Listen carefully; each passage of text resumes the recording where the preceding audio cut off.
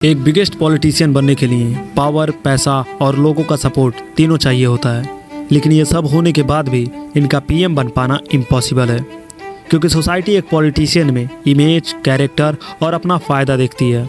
तो इनके पीएम ना बनने के कई कारण हैं, लेकिन इसमें हम 5 बिगेस्ट रीज़न के बारे में जानेंगे जो इनकी पार्टी और इनकी रिपूटेशन को लगातार गिराते जा रही है। Reason 1, perception and credibility. Democracy में किसी भी लीडर की सिर्फ काबिलियत ही काम नहीं देती, इसके लिए सोसाइटी में ट्रस्ट और इमेज भी मायने रखती है। राहुल गांधी की केस में इनकी इमेज को सालों से हार्मोनाइज्ड दिखाकर, सेंटिमेंटल दिखाकर और मीम मटेरियल दिखाकर खराब की गई है, और ऐसे में इनको सीरियस पीएम के रूप में देखना नॉट सो पॉसिबल। अब आप खुद सोचिए, एक परिवार है जिसमें एक लड़का है जो चीज़ों को लेकर कभी सीरियस नहीं होता है, तो क्या गारंटी है कि परिवार के लोग उस पर कोई जिम्मेदारी दे सकते हैं। और यहाँ देश की जिम्मेदारी देने की बात हो रही है। मीडिया में इनकी इमेज इस तरह से खराब की गई है कि ये कहीं भी कुछ भी बोल देते हैं, और ये बात कुछ हद तक सही भी है। जैसे कि 2014 में लोकसभा के चुनाव के समय चौकीदार चोर है के नारा लगाना। नहीं भैया, चौकीदार भागीदार नहीं है, चौकीदार चौकीदार चौकीदार चौकीदार चोर है नारा है, चौकीदार चोर है सच्चाई है, और चौकीदार चोर है रियलिटी है।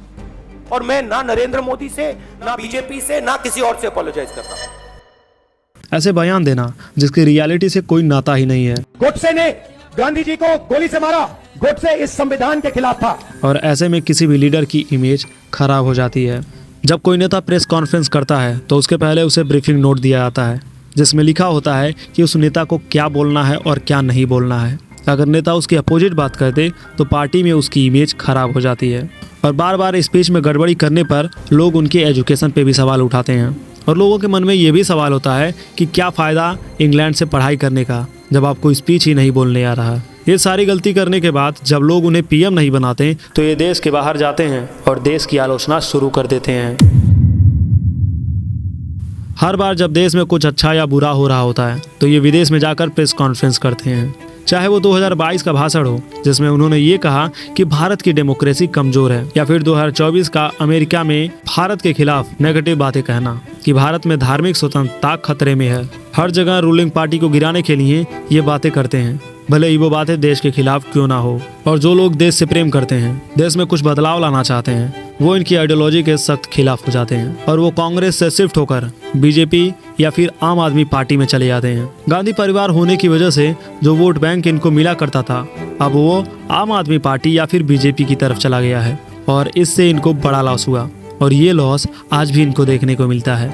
इन्हीं की पार्टी के एक नेता गुलाम नबी आज़ाद ने यह बात कही है कि विदेश जाने से ज़्यादा जरूरी अपनी पार्टी की समस्याओं को ठीक करना है। लोग ऐसे ही किसी को वोट नहीं देते जब तक कि उनका कोई फ़ायदा ना हो। कांग्रेस की रूलिंग पार्टी जहां पर थी वहां पर लोगों को वो सुविधाएं नहीं मिल पा रही थी जो उनको मिलनी चाहिए थी, और ऊपर से नेता लोग उसी टाइम पर दिखाई देते थे जब इलेक्शन पास आता था।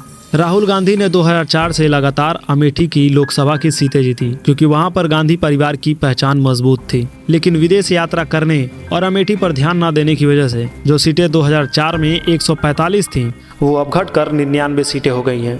इनका अपनी ही पार्टी के साथ कुछ खास बनता नहीं है। वो कई बार अपनी ही पार्टी के साथ लड़ाई लड़ते दिखाई देते हैं। पास्ट में भी ऐसे बहुत सारे इंसिडेंट्स हुए हैं जहां पर ये अपनी पार्टी के खिलाफ खड़े होते थे, क्योंकि उनकी पार्टियां कई जगह गलत करती थी, और ये जब अपनी ही पार्टी को क्रिटिसाइज करते थे तो ये अपनी ही पार्टी के नज़र में गलत साबित हो जाते थे। फिर धीरे धीरे इनकी पार्टियां इनके ही खिलाफ होने लगी, और पार्टी को खुश करने के लिए ये वैसा ही करने लगे। अपने अपोजिशन को हराने के लिए, नीचे गिराने के लिए गलत नैरेटिव फैलाना।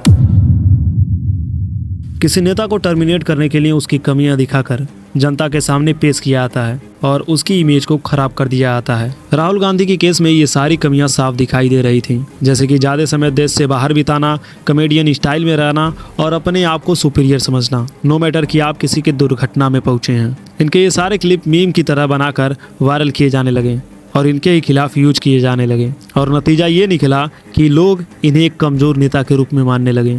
ऐसा नहीं है कि इन्होंने नैरेटिव बैटल में हिस्सा नहीं लिया, इन्होंने बीजेपी के बहुत सारे गलत कामों को उजागर किया, लेकिन बीजेपी ने उन सारे कामों को व्हाइट वॉश कर दिया।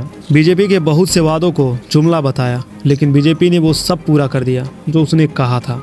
और राहुल गांधी का फैलाया गया नैरेटिव उनके ही खिलाफ होने लगा। लोगों को लगने लगा कि राहुल गांधी केवल अपनी ही पार्टी को जिताने के लिए अफवाहें फैलाते हैं। तो इस तरह राहुल गांधी अपने नैरेटिव बैटल को तो हार ही गए, लेकिन साथ में लोगों का उन पर ट्रस्ट भी कम हो गया। आज की युवा पीढ़ी अपने देश को सबसे पहले रखती है और ये बाहर जाकर उसी देश की आलोचना करते हैं। कोई गोरी चमड़ी वाला देश की अर्थव्यवस्था को कमजोर बताए तो ये उसके समर्थन में चले जाते हैं। इनकी रैली जहां निकलती है वहां कई बार भारत के झंडे के जगह पाकिस्तान या फिलिस्तीन के झंडे दिखाई देते हैं और इन सब में देश की बात तो कहीं दिखाई ही नहीं देती। स्पीच में ऐसा बोलते हैं कि हमें लीडर नहीं बनना है, विश्व गुरु नहीं बनना है, तो क्या बनना है। 2005-2006 के समय राजीव गांधी फाउंडेशन को चाइना से 1.35 करोड़ दान मिला था और भी बाहर से कुछ ऐसे दान मिले हैं जो आरजीएफ ने छिपा के रखा है और इसी की वजह से एफसीआरए ने 2022 में इनका लाइसेंस भी रद्द किया था। ये सारे देश के खिलाफ बातें और एक्शन देशद्रोह की तरफ ले जाता है और भारत की जनता किसी ऐसे इंसान को पीएम क्यों बनाएगी जो देश हित में बातें ही नहीं करता है, जो हमेशा देश के खिलाफ रहता है। खैर, यही थे 5 बड़े रीजन जिसकी वजह से इनका पीएम बन पाना इम्पॉसिबल है। जब तक ये इन सारे चीज़ों को नहीं सुधारते हैं कोई भी इनको वोट नहीं देगा। मेरे हिसाब से पढ़े लिखे समझदार लोग तो नहीं देंगे। इसी तरह इस वीडियो में मैंने बताया है कि पवन कल्याण सुपरस्टार होने के साथ साथ पॉलिटिक्स के पावर स्टार कैसे बने हुए हैं, तो इस वीडियो को आप यहाँ से देख सकते हैं।